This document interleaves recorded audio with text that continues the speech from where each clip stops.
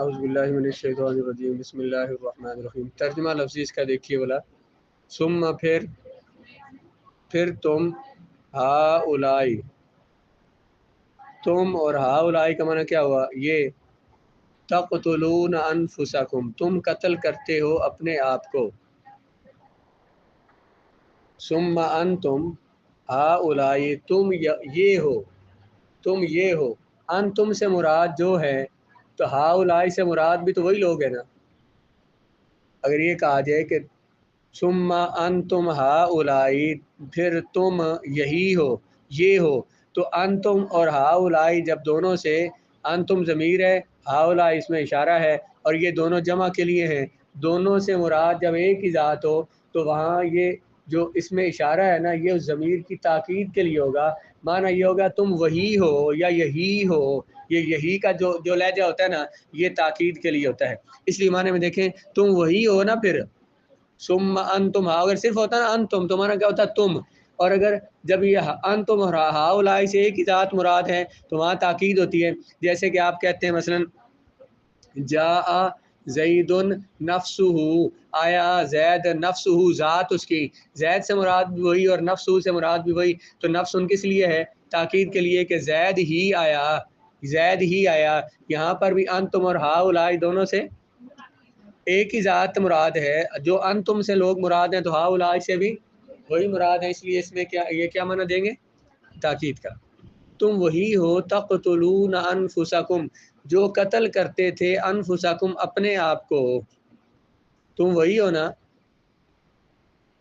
تم وہی ہونا کون سے ہو؟ جن پچھلے وعدے کیے ہوئے تھے، وہ بریکٹ میں لکھا ہے کہ جنہوں نے وعدے کیے ہوئے تھے، اور لیکن پھر بھی کیا ہوا؟ تقتلون انفسکم، وعدہ تم نے کیا کیا تھا بھلا؟ کہ تم اپنوں کو قتل، اس لیے آیت میں یہی تھا، لیکن تقتلون انفسکم، تم تو قتل کرتے ہو اپنوں کو، وتخرجون فریقا منکم من دیارہم، اور تم نکالتے ہو ایک جماعت کو تم میں سے، اپنوں میں سے ایک جماعت کو نکالتے ہو، من دیارہم، ان کے گھروں سے۔ تم وہی ہو نا، تم وہی ہو نا کون سے؟ جنہوں نے وہ وعدہ کیا تھا، لیکن پھر تم نے کیا کیا؟ تقتلون انفسکم، تم قتل کرتے ہو اپنوں کو، اور تخرجون، نکالتے ہو ان میں سے ایک جماعت کو، من دیارہم، تظاہرون علیہم بالاسم والعدوان، تظاہر یتظاہر، ظاہر یظہر کا معنی کیا ہوتا ہے؟ جب اس سے باب تفاعل بنائیں گے تو باب تفاعل کا معنی ہوگا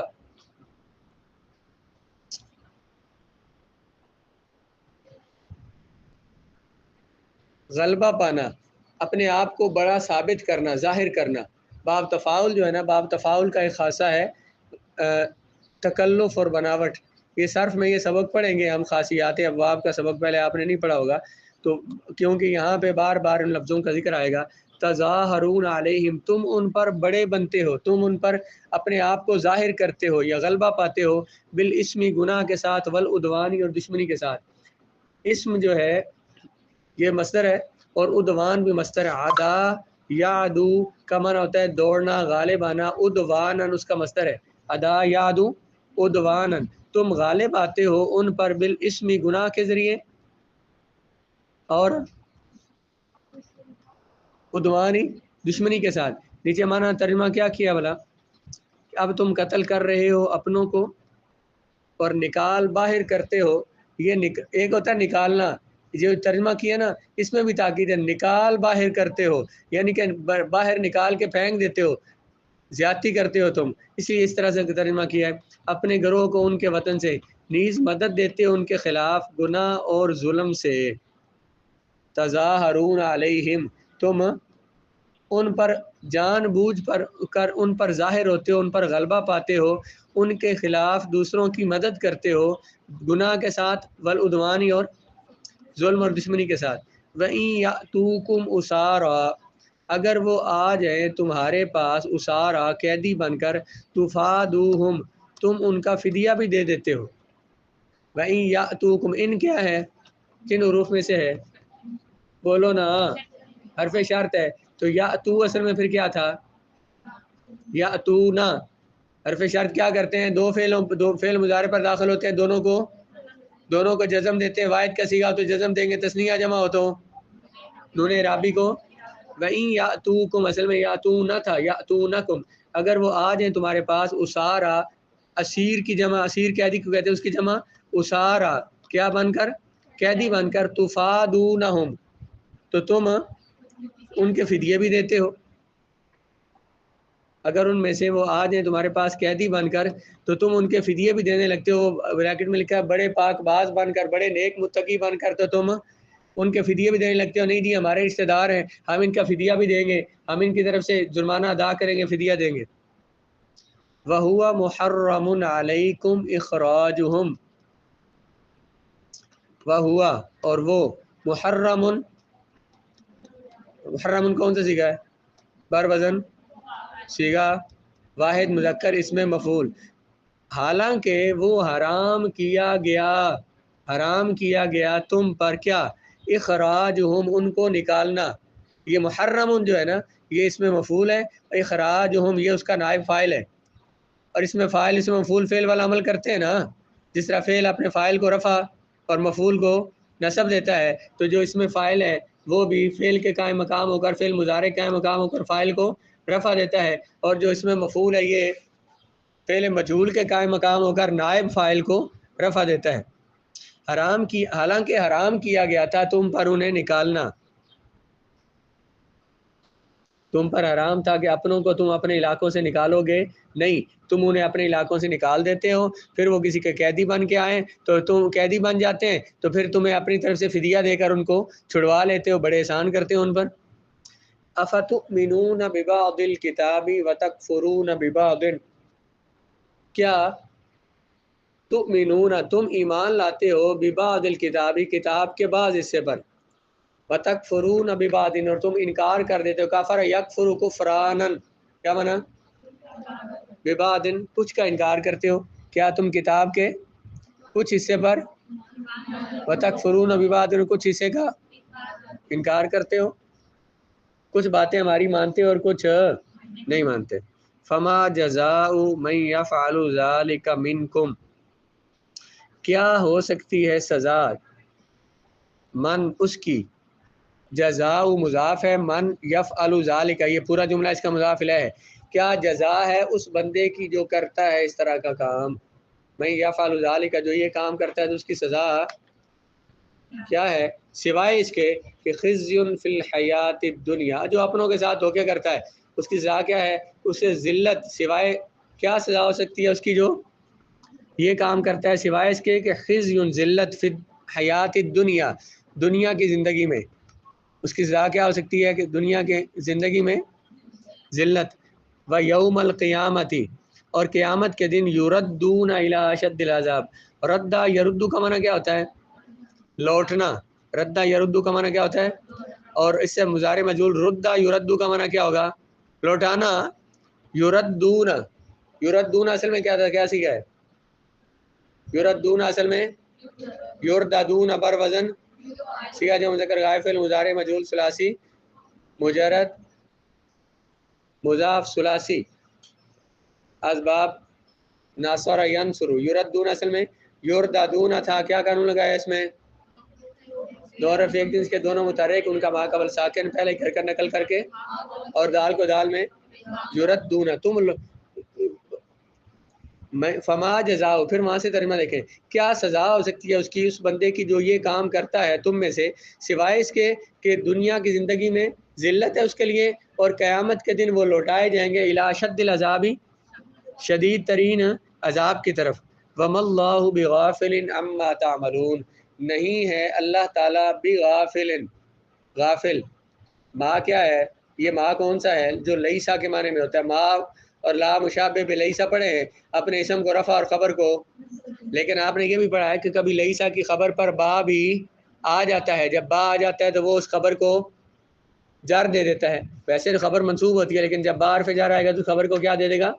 ہونا کیا تھا، وما اللہ غافلا، نہیں ہے اللہ تعالیٰ غافل. تو غافل سے پہلے جب با آ گیا تو اس نے اس کو کسرہ دے دیا، ما اللہ بغافل، نہیں اللہ تعالیٰ غافل، اما تعملون اس سے جو وہ کرتے ہیں، اس سے جو کچھ وہ تم کرتے ہو، جو کچھ وہ تم کرتے ہو اللہ تعالیٰ اس سے.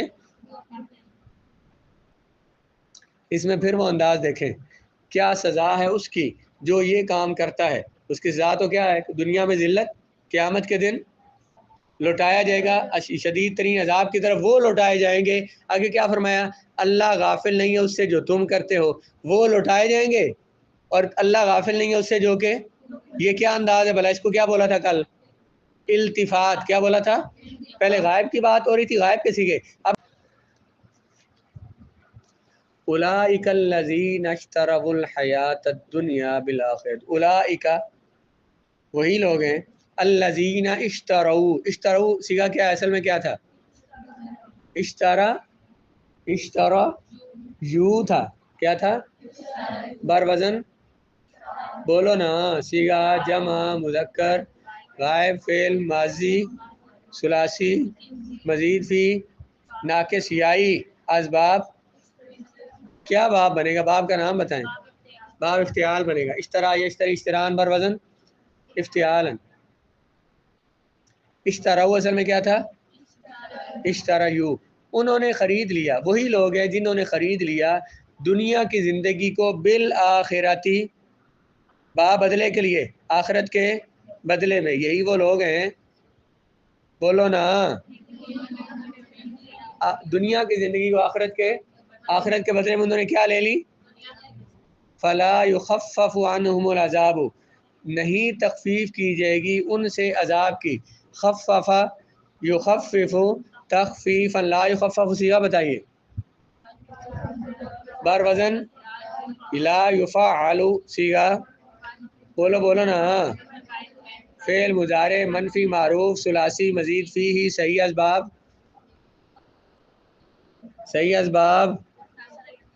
اسباب. دباب کا نام بتائیں نا. تفعیل خفف یخفف تخفیفا بر وزن تفعیلا. نہیں کم کیا جائے گا، فعل مضارع منفی مجہول ہے، نہیں کم کیا جائے گا ان سے عذاب. ولا ہم ینصرون، اور نہ ہی ان کی مدد کی جائے گی، نہ ہی ان کی. الحیات الدنیا منصوب کیوں ہے؟ مفعول ہے کس کا؟ اشتروا کا. لا یخفف عنہم العذاب، عذاب مرفوع کیوں ہے؟ نائب فاعل ہے کس کا؟ لا یخفف فعل کا. لا یخفف پورا فعل ہے نا، فعل مضارع منفی معروف، یہ اس کا نائب فاعل ہے، اس وجہ سے مرفوع ہے. ترجمہ سمجھ آ گیا؟ یہی وہ لوگ ہیں جنہوں نے خرید لیا کس کو؟ دنیا کی زندگی کو آخرت کے بدلے میں، پس نہیں تخفیف کی جائے گی ان سے عذاب کی، ان کے عذاب میں ہرگز کمی نہیں کی جائے گی، اور نہ ہی ان کی مدد کی جائے گی. اب دیکھیے اس آیت کے تحت امام بیضاوی رحمۃ اللہ تعالی علیہ نے 2 سوالوں کے جواب ارشاد فرمائے ہیں.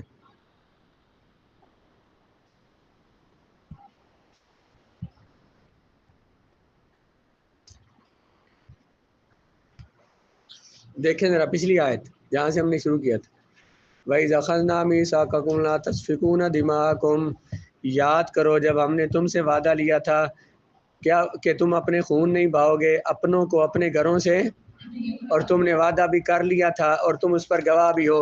ثُمَّ أَنْتُمْ هَؤُلَاءِ تَقْتُلُونَ، پھر تم وہی ہو نا، اپنوں کو قتل کر رہے ہو.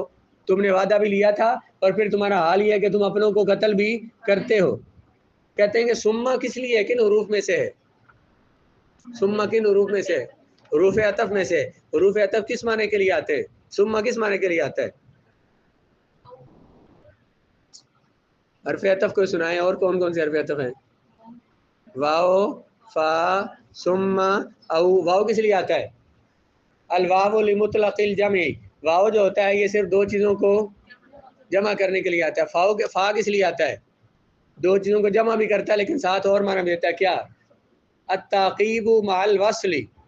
تعقیب کا معنی پیچھے آنا، وصل کا معنی ملے ہوئے ہونا. تعقیب مع الوصل کے لیے آتا ہے. جاءت مسکان ثم مہر، فمہر، آئی مسکان، اس کے بالکل پیچھے اس کے بعد مہر آ گئی. اگر اس کے درمیان واو بولتے نا ہم، جاءت مسکان و مہر، اس کا مطلب صرف یہ تھا دونوں آئی ہیں، اکٹھی آئی ہیں، پہلے کون آئی ہے بعد میں کون آئی یہ نہیں پتا، صرف 2 بندے آئے ہیں 2 کو جمع کرنے کے لیے. فاتا تو کیا معنی تھا؟ پہلے مسکان آئی ہے تو اس کے پیچھے پیچھے ساتھ اس کے تعقیب مانا پیچھے وصل مانا ساتھ ملے ہوئے نا، اس کے پیچھے پیچھے ساتھ ملے ہوئے یہ آئی۔